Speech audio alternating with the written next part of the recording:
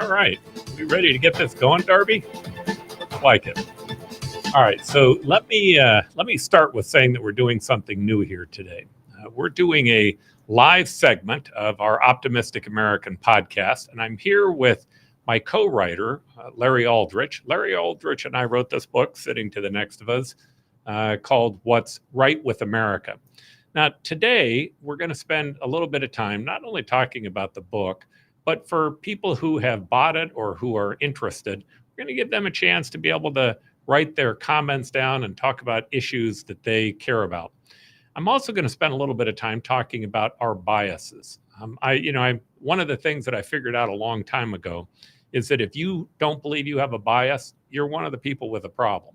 Everybody has a bias. We all come from a certain point of view, and understanding what that point of view is, especially when you're investing time and effort into a book, it has value because you begin to kind of understand where the authors are coming from. In any event, Larry, I'd like to welcome you to the live Optimistic American. We'll see how this goes here. Delighted to be here. So let's start with kind of a description of the book, and each one of us maybe will give our description, but I'll start with you. Tell me what you think the book is actually about. Well, I think the book is arguably, and I use this phrase very sparingly, a love letter to America. Mm-hmm. Basically saying to Americans, you should love your country because you live in the greatest place in the greatest time ever. And it isn't by accident. It was designed. The founders of America really spent a great deal of time understanding ancient philosophy, trying to figure out how do they create a democracy that works for average people. Average people at the time of the founding were white landowning men, but we've evolved from that over the time. But because of that founding, and in part because of a little bit of fortune, where we're located at the time the country could expand, the types of people that came to America, the types of people that were here in America, we have built an unbelievably sustainable democracy that can withstand really difficult attacks. And over the last X number of years, regardless of what president's in the office, both sides have thought the end of democracy is happening now. We have to get around that. And that's just simply not true. So I think you and I chatted about this as we were talking about your podcast, The Optimistic American, and saying, we really need to spend more time talking about those issues, providing more data for people to understand, to try to get them out of the fear that they face in today's world and the division they face in today's world, and really focus on the advantages, the facts, the data, and be comfortable and then be inspired about the future. So mm-hmm. I think that's a long summary of kind of how I got to it. Yeah, it's the name of this podcast is The Optimistic American. Certainly that's part of what inspired me, is I think that we have a lot to be optimistic about. But what I'm really worried about, what I've been worried about for a while since I was in office, is there's this growing sense of pessimism that is being promoted in the news media, by politicians, and sometimes by us as citizens, where the United States just can do no right. The American brand is definitely under attack. One of the things that we've spoken about is this whole concept of tariffs, and how tariffs fit into this, in my opinion, and where it's interesting is that it starts with the basis of people having a negative view about where we are. Bernie Sanders has been saying for a very, very long time that the free markets have hollowed out American industry and American jobs, and that every state in the country has been harmed by it.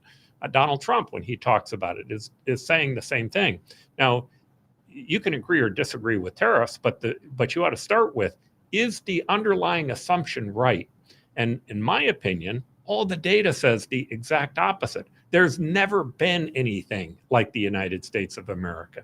But more importantly, what the data tells us is that since we've implemented an era that was more free trade, we actually saw massive benefits. The numbers that we've given in other discussions and podcasts is that in the 1990s, literally every single G7 nation was just about the same on a GDP per person basis. Today, the United States is almost double. In fact, Mississippi, which is our lowest GDP per person, about $53,000 some odd $100, is higher than any other G7 nation, which are the wealthier nations in the world. other than Germany and Canada. So we're starting with the wrong assumption. And the reason that you should look at the data first is that if you're going to make a decision, you ought to understand what the impacts of that are. Now, I would also say that in looking at this data, what becomes important to me is trying to figure out, okay, if we're going to try to preserve this great amount of prosperity, we ought to spend some time thinking about how did we get here? I think the single greatest thing that our country ever did, we start the book by a talk about space exploration and what's happened in space exploration.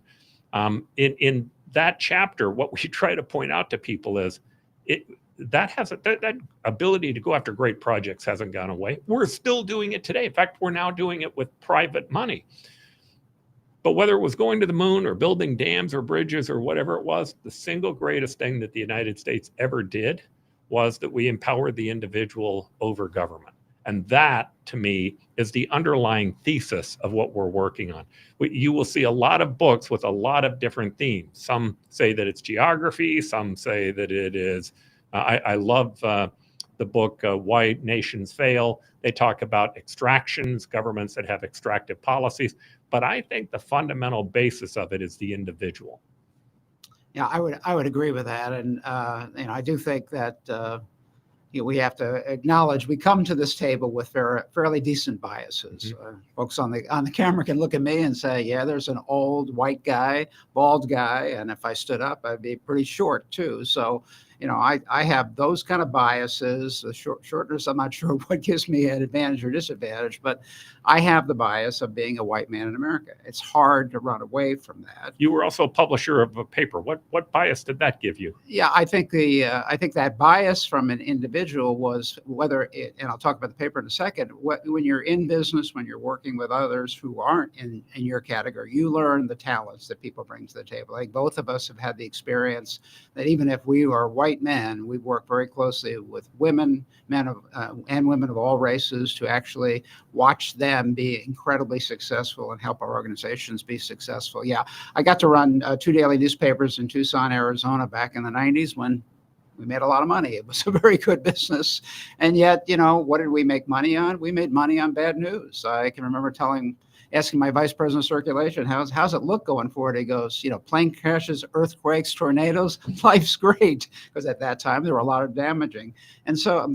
So there are a lot of issues, even in the traditional, as called now, mainstream media, where there was negativity that was presented. We're now in a world of social media where to cut through the clutter, people just say outrageously bad things. And so people might have 8, 10, 15, 20 minutes to get a news clip, and somebody's trying to cut through that by creating fear for them. And it's just natural that fear just kind of cuts through a little more than optimism. We know that's not true. And we want people to step back, reflect, get past the fear, look at these issues like the individuals, and say, it isn't anywhere near as bad as I'm being told. All right. So I want to say something on the publisher before you go into other biases. There was a little bit of a disagreement on us. I don't know if you remember when we were writing the chapter on newspapers and publications. I had written in some comment and you came back and kind of scrubbed that comment and said, look, I spent too long as a publisher to be negative about the news media, or as negative as I was being. Now, from my standpoint, certainly I was a politician, so I was on the receiving end oftentimes of publications. But the thing that I agree with you on, and we didn't put this in the book, but the thing that I think is really powerful, in the city of Phoenix, when I was mayor, I had 7 reporters focused on me full time. They were literally on my floor, in my office on a daily basis. One guy would sit out in the lobby and watch every single person that would walk in to talk to me, day in, day out. And then he'd sit there and write his stories and write his notes and then try to take comments from it. They had that kind of access. Here's what's interesting. Literally, back then, billions of dollars went through those doors. Billions, right? In terms of road contracts and contracts for building buildings and developers trying to get something built that they wanted, or water treatment plants, sewer treatment plants. Billions of dollars went through that place. Today, There is not a single reporter on that floor. None, because the newspapers have been so decimated. The one thing that I definitely believe with the papers and the news media, even though there are times I get really irritated with them, I suspect you do too, but is the importance of the role that they play. The idea that they were sitting there actually made me act better. I was more careful. People who were coming in who knew there was a reporter there were more cautious about what they were asking for, and they knew they were going to be held accountable. Just a little bit of history. So when I was at the papers, there probably are combined 200 people, editors and reporters, photographers, columnists, and so forth at the two daily newspapers. Today that number is probably 20, so probably a tenth of the size. But the one thing that even today, those media really had, those newspaper media, and that's why I typically get kind of offended when people say the media, because there's a difference between a broadcast media and a newspaper. The credibility, the requirement to basically be careful. They may have their own biases, but when they put a story in the paper, they work very hard to make sure they are factual and they can reference those facts.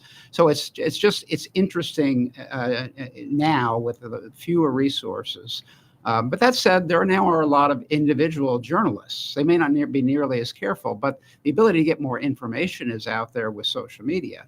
The real question is, how credible is it? Is there some entity or person or thing standing behind and checking their facts? Pretty hard to do. So you get a lot more opinion. You turn on the local television stations, or you turn on the national television stations, and especially if it's a Fox or CNN, they argue they're news organizations, but they're really opinion organizations. They're just sharing their opinions. Maybe the chyron across the bottom is stripping a piece of news, but you rarely get news these days. Whereas the front page of the Republic here in Phoenix or the Star down in Tucson, that's news. And that's being lost. Although I do think the media, the mainstream media, print media, has figured a way to get their business right-sized despite all these challenges. And so most larger communities will continue to have daily newspapers.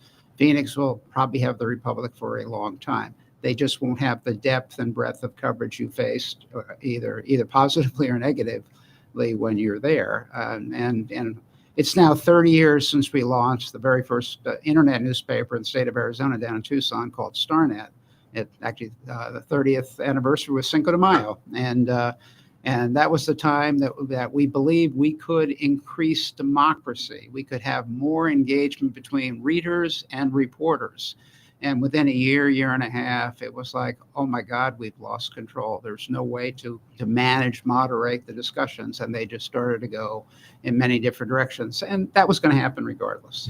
So that focus on individuals, as we go back to that and saying, yes, you now have a lot more information, but you need to be discerning in the information that you listen to. If somebody says something that doesn't seem right, check it out. There's many ways to check it out. You were also a prosecutor. And you work for the Justice Department. Tell me how that gave you a bias in this book. Yeah, and I think just to kind of finish on the newspapers, and because one thing to understand with the press is the press is one of the very few businesses identified in the Constitution. The free press is specifically stated in the First Amendment to the Constitution. So there's a lot of pride from that perspective. But there's also a lot of responsibility. Very few businesses are articulated so clearly in the U.S. Constitution. The prosecutor side, and I did that for about 7 years as an antitrust prosecutor, prosecuting large companies that were engaged in anti-competitive behavior that impacted consumers and increased prices or decreased availability of goods. Was really the bent of saying it was our responsibility on behalf of the United States, on behalf of the people of the United States, to make sure that people were appropriately protected. And that was the goal of the prosecutor. And I think that's the goal of the prosecutors today. Their job is to protect the Americans. And when somebody engages in criminal behavior, to investigate that and then prosecute accordingly. All right. So I'm going to hit one of the questions here. We had a question from Nick, who was asking that the news only seems to be focused on the negative, and I have a hard time watching that. So let me give an input onto that, and then maybe you can kind of play off of it. I think there are some advantages that are happening in the media today. I actually think the interim period was kind of the worst.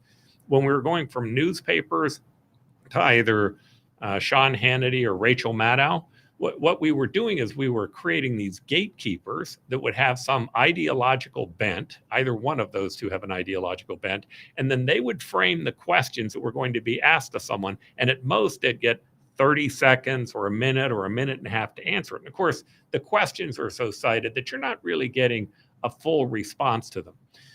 The good news that I saw in this last election is that podcasts became more important. And so now all of a sudden you'll get an hour interview or 2 hour interview where you'd really get to gain a sense of the candidate. Now, the downside to the podcast is it was so obvious to me in politics how unskilled most of these people were at asking really hard, uncomfortable questions. In fact, getting the guests was such a prize to them because they were going to get a lot of clicks. The last thing they wanted to do was to upset them. The challenge to that is those uneasy questions. They're really important questions. I guarantee you any politician worth the salt can sit down and talk for 2 hours about make you happy type things. All right. That is just not a hard thing to do. It's much more difficult to answer a tough question. And while that may be somewhat negative, it's really important because oftentimes what I see is that pick any issue you want. I want to go build a freeway. I think freeways are generally good. They're necessary. They need to move traffic. So a reporter should ask me, well, what about the neighborhood that's being harmed? Well, why is that important? Well, to begin with, there's a neighborhood being harmed. All right. To begin with, there are a group of people who live in the neighborhood who think that it's not the right thing to do. Right. And my job should be to try to make certain that I can be persuasive, but it also makes me think about that neighborhood.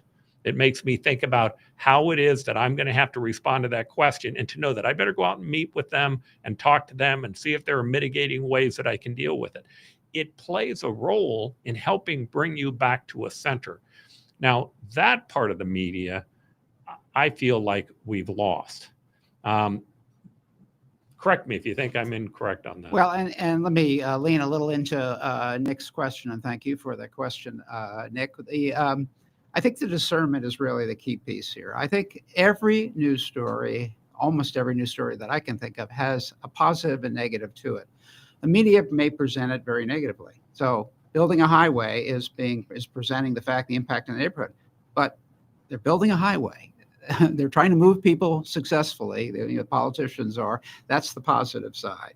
You hear about, planes crashed in the Potomac. Just, terrible. And yet, if you just listen and look, think how many planes didn't crash. I mean, it's an incredibly rare circumstance. And I find myself quite frequently yelling at the television and saying, when I hear that negative story, give me context. Tell me how that fits into the big scheme of things, rather than scaring me, creating fear in me.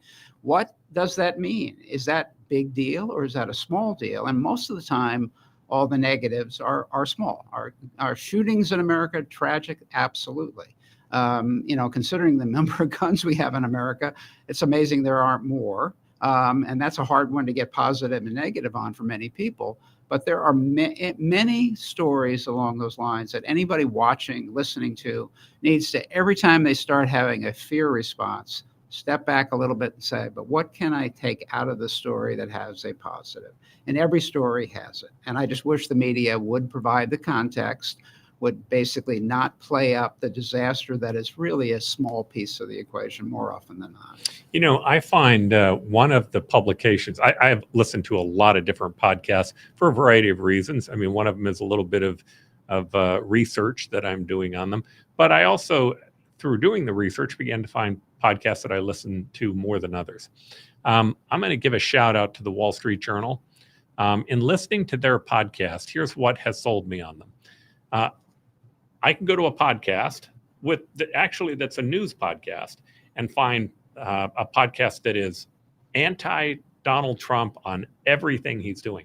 And I can go to a podcast and find a podcast that is supportive of Trump, no matter what he does wrong.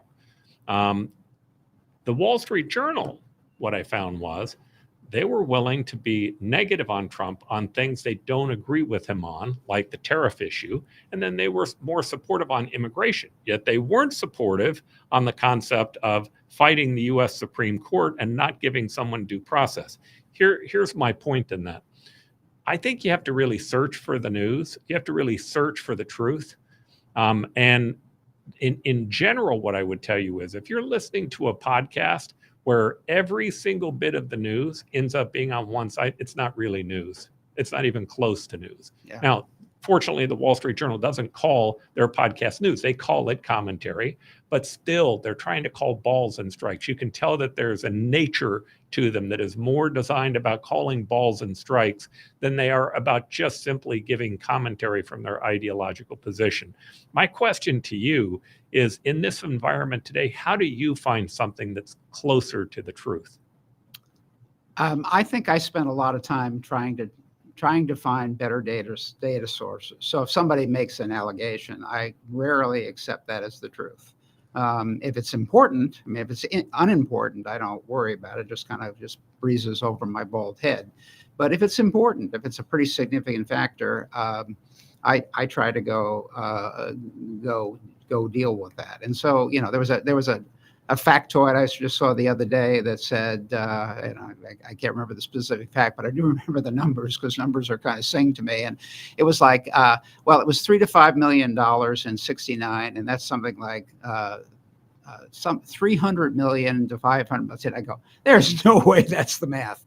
Well, you run the inflation calculator, and son of a gun, which was not that, took me 30 seconds to find the inflation calculator, to plug in the information and go, darn, that's right. But I didn't want to assume that was right because it felt wrong. But there, with the amount of power at our fingertips, you know, the real question is whether it's worth the energy in any given thing. And that's why I would say if something is happens, but it's kind of unimportant to me, my life, the people that I care about, I don't spend much time on it. But if it's a pretty significant factor that would affect my opinion toward a leader, you know, I'm in the same boat. I've never been I'm not a giant fan in any sense of the imagination of the current president, but he's doing some really good things. Mm-hmm. I mean, this country demanded the border be closed. The border is closed for all intents and purposes. That's kind of amazing, and he did it very quickly. Now, some of those issues related to immigration and getting rid of people here illegally, in my opinion, are inhumane.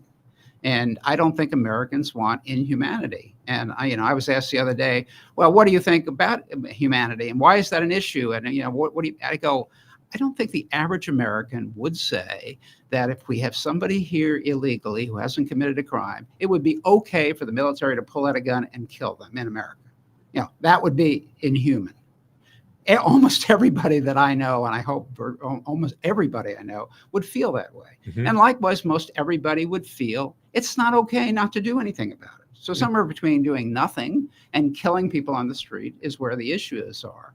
And I think, whether is the Trump administration proceeding inhumanely towards some of them? I think so, but others would disagree. And if some of these folks are gang members and criminals, and we know that, you're going to basically want to get them away from Americans. So there are many things that I deal with in my own mind in terms of what President Trump is doing, and some of them, like the fights with China. Maybe I disagree with the president on the way we're fighting China, but I think the fight with China has to occur. We have just continued to put that off for so long because it goes beyond free trade. Mm-hmm. It goes to things like intellectual property and the ability for American companies to act in America without having to give part of their company over to a Chinese company. There are many things that make the China experience not a very good experience, but American companies would like to access 1.4 billion consumers. So I think the fight's the right fight. The way you do it is really where the argument is. So I'll give you a couple of my biases. One of my biases is that I'm an independent. I've watched politics work close up, and I've watched partisan politics work close up. And I found that they were more of an impediment to trying to find pragmatic solutions than they were actually helpful. But that point that you just made, to me, is one that plays into this.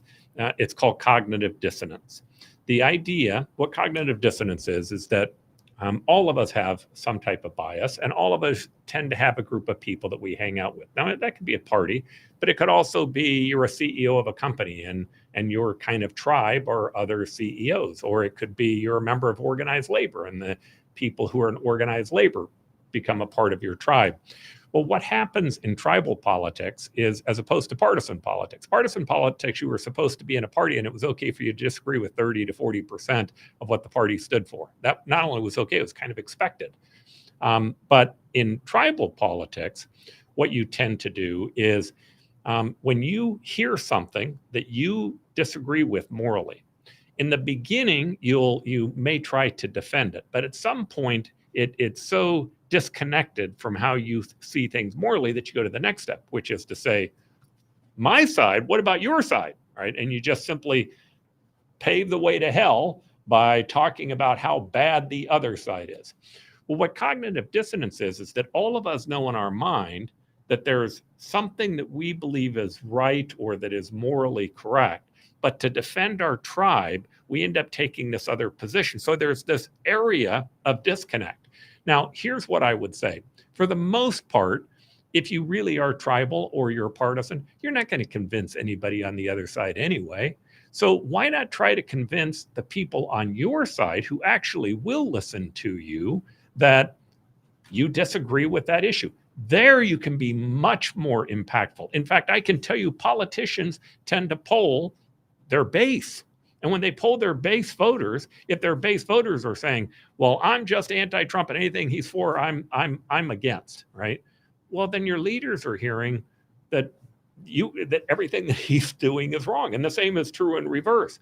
Whereas if you said, I disagree with Donald Trump on most of what he's doing, but I believe that we ought to be balancing the budget. I think that the federal spending is too high, and I tend to agree with that. I'm telling you, your partisan leaders will hear that. And at the same time, if you're on Trump's side and you say, I like Trump, but I don't like these tariffs. I think these tariffs are bad for the economy, and I don't like not giving people due process. He will hear that as well. And when you talk to people around you, you can actually begin to influence them. But for me, the single biggest issue is, and the reason I don't like partisanship is I watch too many people lose their sense of self-agency.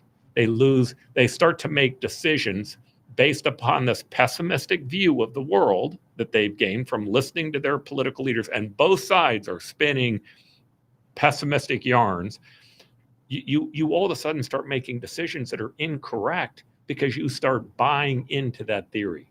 Yeah, well, I was going to ask you if you would, could elaborate a little more on self-agency? I think that's we use it all the time and we have a tendency, but I think a lot of the viewers and listeners, doesn't really understand what that means. Sure. So let's just, let's start with looking at this in the way that's most important, I think, to the viewer. So if you make a decision that, I'd like to start a business. I've been working for other companies for a long period of time, and I'd like to go out and start a business. Or you're a young couple and you say, I'd like to buy a house. Well, if you listen to the news today, it's not hard for you to go, oh my God, look at how messed up things are, right? And so what ends up happening is that we know that inside your brain, if I can terrify you, if as a politician or a news media, if I can make you terrified, the amygdala kicks in. And the amygdala begins to hijack the neocortex. When it hijacks the neocortex, all parts of your brain. That's right. You can't think rationally anymore. You're thinking in a fearful mode. Now, the reason that I do that to you is because it gives me more control. See, once you're afraid, you need help. You need somebody to be on your side. You become more tribal. And so you begin to fall into that side. And you don't buy that house or you don't start that business, right? Agency would say, I'm going to start with a realistic look at what the data really says, not what the politicians are telling me is going on. I'm going to take a realistic look at what's going on. So let's just use the buying a house for a moment. So if you're a young couple today and you are working for wages and you don't have any assets, I'm going to make you a guarantee. Lease rates are going up. I'm going to make you a guarantee of that. But you say, yeah, but I'm not sure if the market might not get worse. Oh, I can tell you the market will get worse. I don't know when, but it will get worse. That's going to happen, right? That's just part of the cycle. And then you say, well, yeah, but maybe interest rates aren't right. Well, okay, so if you buy a home today and interest rates get better, you can refinance the home. Interest rates get worse, you're going to be really happy that you got the lower interest rate. But you got to get in the game, all right? Agency is the ability to be able to look at those issues and to make decisions based upon the cognitive portion of your brain that is dealing with not only optimism, but rational thought. If you become partisan and tribal, you have lost your agency. You've surrendered it to someone else. And not only now are you going to lose the home or the business, you're going to start losing friends. Or people are going to start to say, Larry's in a bubble. Don't talk to him about this issue. And so now you're not even getting good input back because people are afraid to talk to you because of that. I'm an independent for this reason. I want my agency. I want to think independently. And could you talk, I mean, it may be a good time, but really, I know how optimistic you are, and you've got your optimistic American pocket. Talk a little about what has made you optimistic and not, I mean, for some people, it's very difficult to be optimistic, and they may come with a half-empty approach, but most people really don't want to be pessimistic. Maybe they want to be realistic, but, I think you could be very helpful for viewers to say, here's how I look at these things, and that's why it gets me optimistic. Okay, so I will give you a couple of points on that, but I really do believe this comes from life experience. I sat down with Warren Buffett. I not by myself. There were 9 or 10 people. It was a dinner. Different people were talking to him. I was listening. I think I was 35 or 36. I just left the mayor's office and I was trying to figure out whether I was going to go start a business. And I said, hey, there are all these problems going on in society right now today. I'm 65, so 30 years ago. And I said, I can't figure out if right now is really the good time to start a business. And he just laughed. He said, okay, first, you're in the United States of America. There's no better place to start a business than right here. He says, number 2, he said, you're in Phoenix, Arizona. You're in one of the best places in the country to start it. He said, put all that other stuff out of your mind, right? Figure out if you really want to run a business and how you think you can make a difference, and then be ready to suffer the consequence, because you can suffer the consequences even in a good market, right? But you have to know that's what you want to do. So that optimism that he had ended up benefiting me greatly, because I realized it's not what's going on outside, it's what's going on inside of me that matters. The next thing I would tell you is I was mayor. I've watched democracy work. It's messy and it's hard, but it works. It works really well. So long as both leaders and the public are willing to sit down and think about how can we get things done? How can we move things forward? Now, I was lucky. I was mayor of Phoenix. I used to have to deal with the other big city mayors and in other places. And I remember one time, Mayor Daley asked me a question. He said, one mayor had floods going on. Another mayor had an ice storm that had closed them down. Bradley had the things going on in LA. And he said, well, what's the big issue in Phoenix right now, Mayor? And I thought about it for a second. I said, those golf greens, if you don't get them just perfect, those people go nuts. He said, you're not a real mayor. But I do admit, coming from Phoenix, it's a little bit more of an advantage. But it does work. And it works if people stay engaged. Then I spent time going overseas. I went to Poland, and I worked with them to try to establish their first local governments with a kind of a gig that was given to me by the State Department.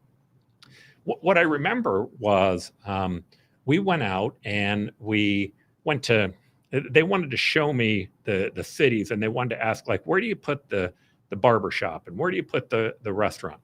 But then I drove around with them to other sites. We went out to the water treatment plant that had raw sewage flowing into the Baltic. Literally, the plant was a grate on 9 inches on center with a guy with a pitchfork. You couldn't swim in it, fish in it. You didn't even want to stand next to it. It smelled so bad. The tops of the smokestacks had so much smoke coming out of the tops of them that you literally couldn't see the tops of the stacks, right? It was incredibly bad. But why? Well, that's easy. Communism, a theory called dialectic materialism, had frozen the market in place. It had frozen it in place through central planning and central control. The belief that politicians can make decisions better than capital allocators and the private sector. And they didn't. They made really bad decisions. The free market works. And not only does it work in society to make certain that you have progress, it works for the environment. The reason they had that water treatment plant, they couldn't afford to build a water treatment plant. The reason that the stacks had so much smoke coming out of the top, they couldn't pay for the scrubbers on top. This is a place to be optimistic about. But I will say this, that in a big way relates to free trade.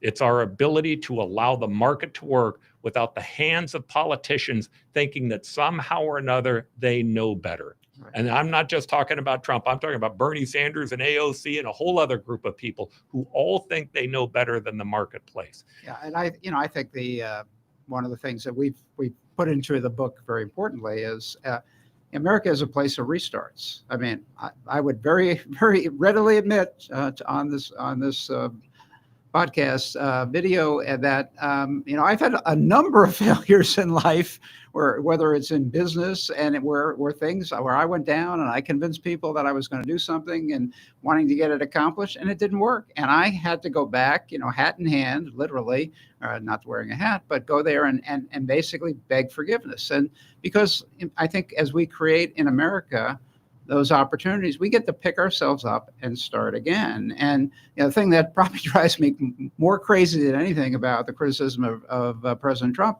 is his bankruptcies. Mm-hmm. I mean, no one, again, without context, how many projects has he put together over the years that didn't go bankrupt? And more importantly, America allows restarts. We have it in the Constitution that people can go through bankruptcy and basically come out the other side. It's one of the amazing tools of American capitalism, where people view it as a badge of terrible dishonor. It's not a badge of courage. No. It's an opportunity in America to start again. And to learn from those mistakes. To hopefully learn a lesson. All right. Move on. We've got a couple of questions here. So let me start with this one. I think it's Cheeseburger, which I love that name, but nonetheless, Cheeseburger, is having agency the final solution to all problems that we're having today? So let's talk about that just for a moment. It's a big one. I mean, it is a really big one, but here's why. Part of what we wrote in our book is that the secret sauce to America is individualism. It's the idea that we have individuals with an incredible amount of power. But let's talk about that power for a moment. Civil rights, equal rights, human rights, right? That's more the left side, it has been, but those issues that not only empowered people, but they created more buyers and more sellers. Property rights, free markets, free trade, free elections. Free education, right? Those things all empowered the individual. Now, we wrote a section on our institutions. All of our institutions are geared towards it. We have a society totally geared towards that. Now, you can create arguments. Well, what about this law or that law that seems to be more helpful to the corporation? In the end, overwhelmingly, as a big picture, the focus on the individual mattered. And here's the answer to that. If you don't have agency, if our society doesn't have agency, it won't work. Yeah, and we talk often about should we be focused on equality of outcomes or just look at equality of opportunity? And I think we both violently agree with the notion we have to give people and make sure they have equal opportunity, but based upon their individual agency, how educated they get, how hard they work, what kind of commitments, and to some degree, some of their natural talents. Although putting those natural talents in one job versus another allows them to have that agency. Though, we care deeply that no one be discriminated against in terms of their opportunity. There will be unfair outcomes. It is just kind of a fact of life. And if somebody goes down a career path and they can't make more than a certain amount of money and it's not good enough to raise their family, well, then you should figure out the ways to maybe get more education and go down a different career path. In America, that's much easier to do than almost anywhere else in the world. All right, here's another one. We didn't spend a lot of time talking about in the book illegal immigration, but they said if someone's a good citizen and contributing to America, they made this a statement more than a question, they deserve a pathway to citizenship. So I'll just add a couple of things to this. Here's the first one. I agree. I think that we ought to have a pathway to citizenship personally. I tend to believe that we ought to have more of a merit-based system as opposed to the system that we have today that seems to be by accident, meaning we ought to be intentional. I think we're doing a better job today of getting rid of undesirables than we are of attracting desirables into our country. I look at the immigration program that we had that allowed Einstein into our country and a number of other scientists. I think that was a benefit. But I want to say one more thing. I don't agree that you should have an open border, and I don't agree that you shouldn't have the rule of law being implemented on the border. In that regard, I agree with Trump. I think that it is important that we enforce our border. And more importantly, I think you should always have due process. And when I find that we're not having due process, that's extremely worrisome to me. But it's also important that elections matter. Right? People elect who they want to elect. And in electing Donald Trump, I think that was the big takeaway for most people, that they wanted a border that was going to be enforced. There are people who want border enforcement, not because of any other reason than they want to make certain that the rule of law is complied with, but there are also other people, especially at the lower economic end, who oftentimes believe that they're competing with people unfairly who fit into that category. But either way, when you elect a candidate and they make a decision, they should go out and do what they said that they were going to do, so long as it works within the rule of law.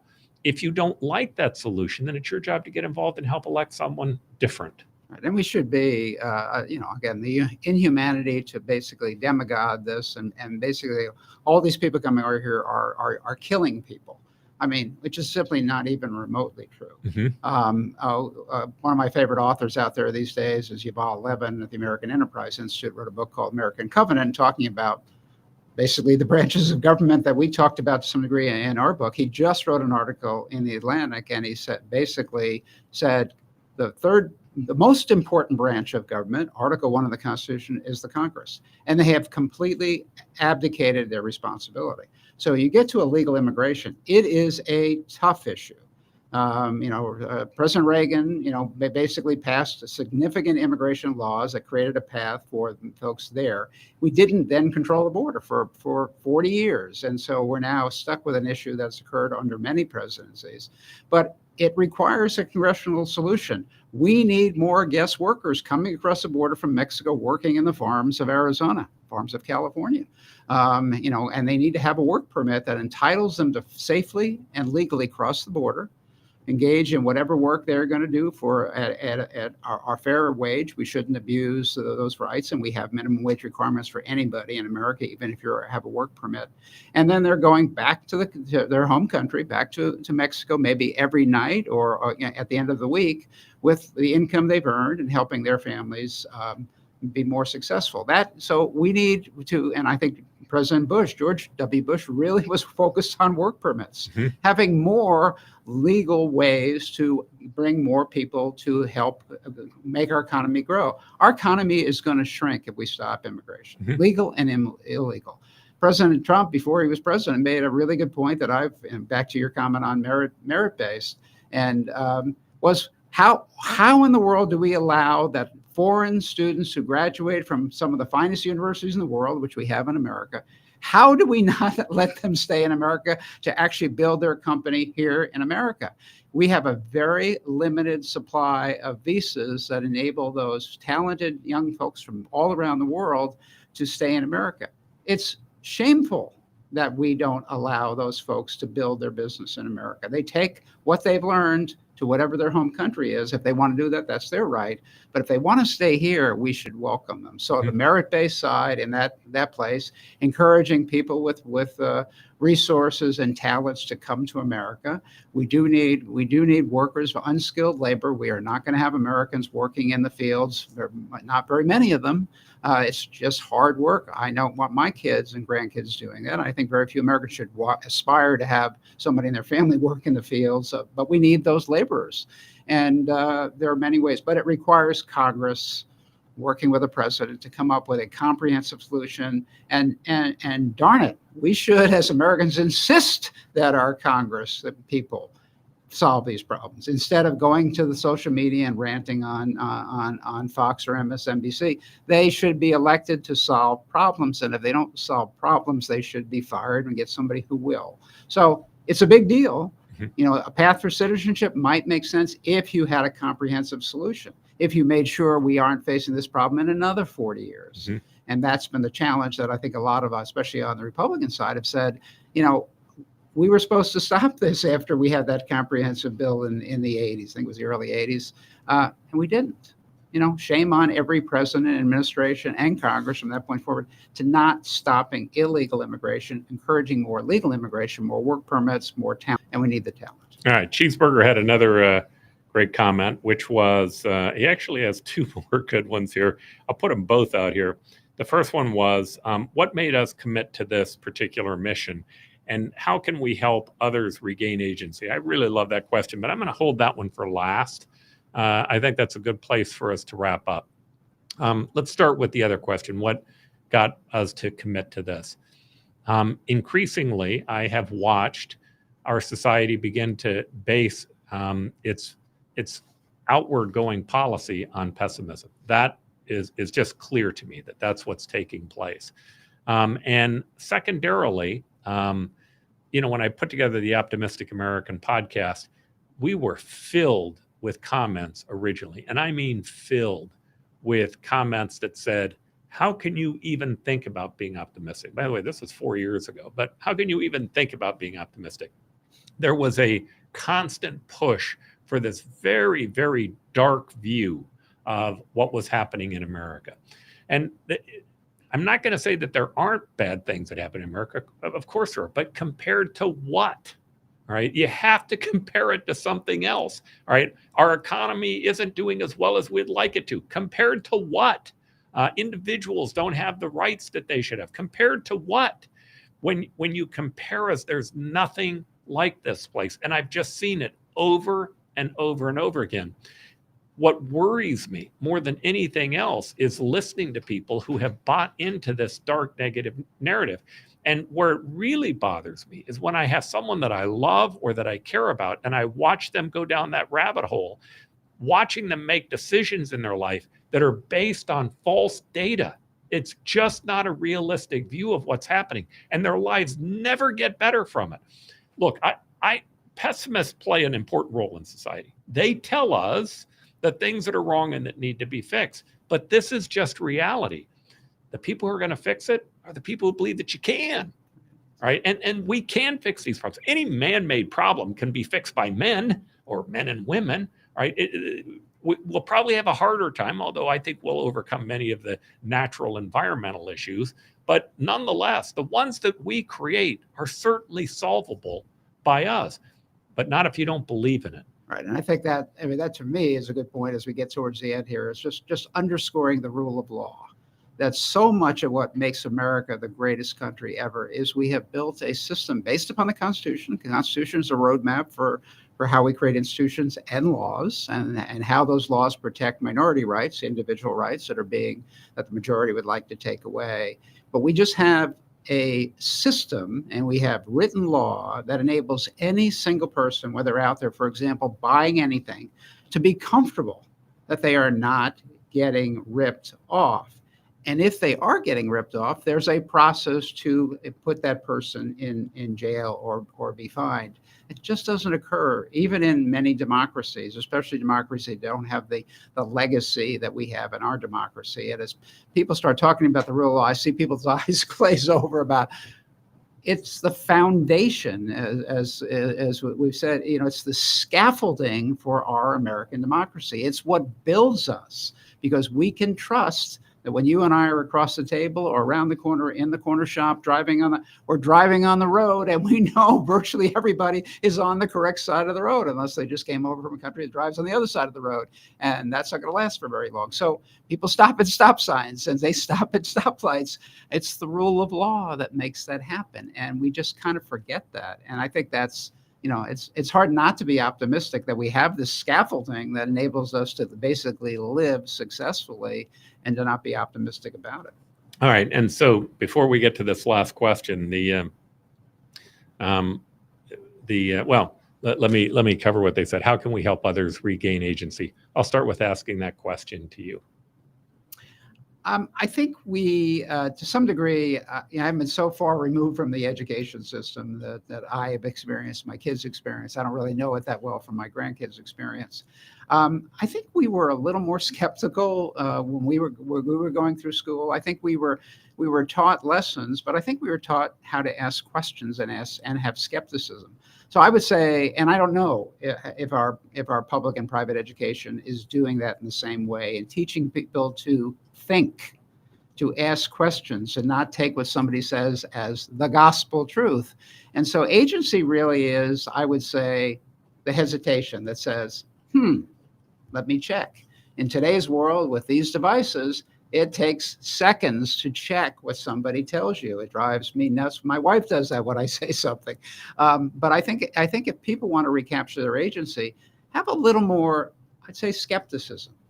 Hesitate. Again, if it matters. If it matters, it doesn't matter. But if it matters and it's important, and that might change the slope of where your brain is heading, make sure you're comfortable that what you're hearing is true. And there are many ways to find that out. So I think if people would basically have a little more skepticism and not assume what they're hearing is true, they will recapture their agency. All right. And if you would, and I'll give what I think we can do, which we have in the book, but list the 5 characteristics, if you can remember them, of American society. I can, because if I get it, I always get a mnemonic device as long as I can remember the mnemonic device. So we have courage. We call it SIGO. There you go. SIGO. Courage, imagination, grit, generosity, and optimism. Good job. Now I'm going to utilize those in kind of talking about what I think you can do to help other people. So begin with an understanding that it does begin with you. It begins with you to be able to have some sense of self-agency. So in having self-agency, make certain that you're balancing out the news that you're getting, and look for optimistic points of view, and look for optimistic news. And that's even harder. Look for good things that are going on in society that are worthwhile putting in front of you. That doesn't mean that you have to cut out the negative portion, but make certain there's a balance. Maybe just watch the last 5 minutes of nightly news when they say, and there's good news tonight. Maybe that's where you start. Mm-hmm. The second thing that I would tell you to do is to recognize, good and evil is a fascinating concept, but what ideology allows us to do whenever you get involved in a party is it removes your responsibility for the evil inside of you, and you begin to place that on other people, on other groups, and you do it as a group. So that one of my favorite books is the Gulag Archipelago, where he talks about being Alexander Solzhenitsyn. And he talks about going out and enforcing the rules as a communist against people who were kulaks, which basically they called them a rich farmer, but somebody had 1 cow instead of none. Mm-hmm. And he talked about moving these people out into the gulag, or out into Siberia, because they were evil, because they were landowners. Well, he became clear about, what enabled him to be able to think that way? By the way, he said he moved 60,000 people and they all died. He said what enabled him to think that was he was a communist, and communists were good. And these people were landowners. They were greedy capitalists, so they were bad. That's not all that far off from how Democrats see Trumpers, or how Republicans see whatever they call them now, the libtards or the elitist or whatever. We're all people, right? See people as people. Here's the third one. If you want to be patriotic, quit insulting other Americans. You don't have to constantly talk about the other side. Listen to them. Try to understand where they're coming from. And by the way, if you can build friends who don't think like you, you're going to be more powerful. You're going to be more engaged. You're going to be able to make better decisions. Create a few friends that are on the exact opposite side of the ledger. And I get it. Sometimes I have those friends, and you and I both have those friends that we talk to every now and then. We just want to pull our hair out, right? But the answer is we learn from them. We gain from them. We become stronger from them.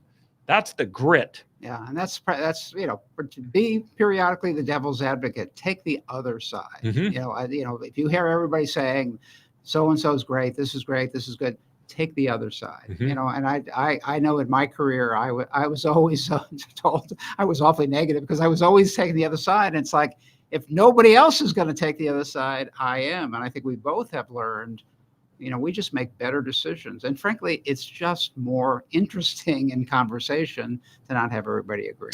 One of my favorite books is The Coddling of the American Mind. And they're both great authors, and you can listen to them on podcasts. But the most important part is that we've created this sense in America that people should have a safe space and that they shouldn't have to listen to people who they disagree with. To be fair, I think that was mostly they didn't want to listen to people on the right side of the ledger or anyone who had a different point of view than them. The answer is that's going to make you weaker. If you can't listen to people who have a different point of view and be respectful and listen and try to understand where they're coming from, you're going to become weaker. You're going to become more paranoid. You're going to become more anxious. You're going to have a higher level of anxiety. But if you can learn to listen to people that you don't agree with, if nothing else, you're going to go, you know, I don't agree with them, but they're not a bad person, because you get to know them. And if you're talking about politics and their politics is driving you crazy, ask them about their kids or their mom or their dad or about what they do for work. Build a richer relationship with them. All of that will strengthen your agency. Absolutely. And so what you can do to help other people, start with yourself. Fix yourself. And in fixing yourself, this whole notion that you're right, that is so damaging to you. If you buy fundamentally into that you're the end of all knowledge and that you're the one who's right, you are not going to learn anything and you will be damaged because of it. Your greatest way for growth is to be willing to listen to other ideas. Don't give up your values. I mean, oftentimes the values that we have are one of the most important things that we come with, but that's not the same thing as listening and questioning whether or not maybe you're right on a particular subject. I think some people, you know, call a value that really, so many of these things are not values. They're just factors, but they get so wrapped up in that's my value, as opposed to saying, why is that my value? And is that in fact a value? Hopefully you can distill what you care about deeply down to 4 or 5 or 6 really, core things, because everything else you just waste your opportunity to actually focus on some of what makes you who you are when you have way too many factors. Mm-hmm. And if you say, my value is I'm a member of this religious group or a member of this political party or a member, those aren't values. They're just organizations. Mm-hmm. And, maybe something of your value, I just love they used to call it the Toyota way, kind of drilling down through all a series of why questions. What do you believe? Why do you believe that?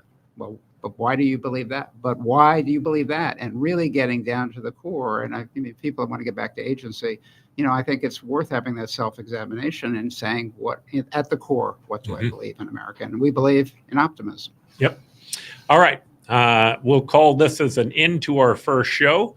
I'd like to thank the people who called in. I'd like to thank you for those questions. Those were exceptional. And also, we'll be doing this a couple more times. We're going to talk about different chapters of our book and kind of what we saw in the writing of it.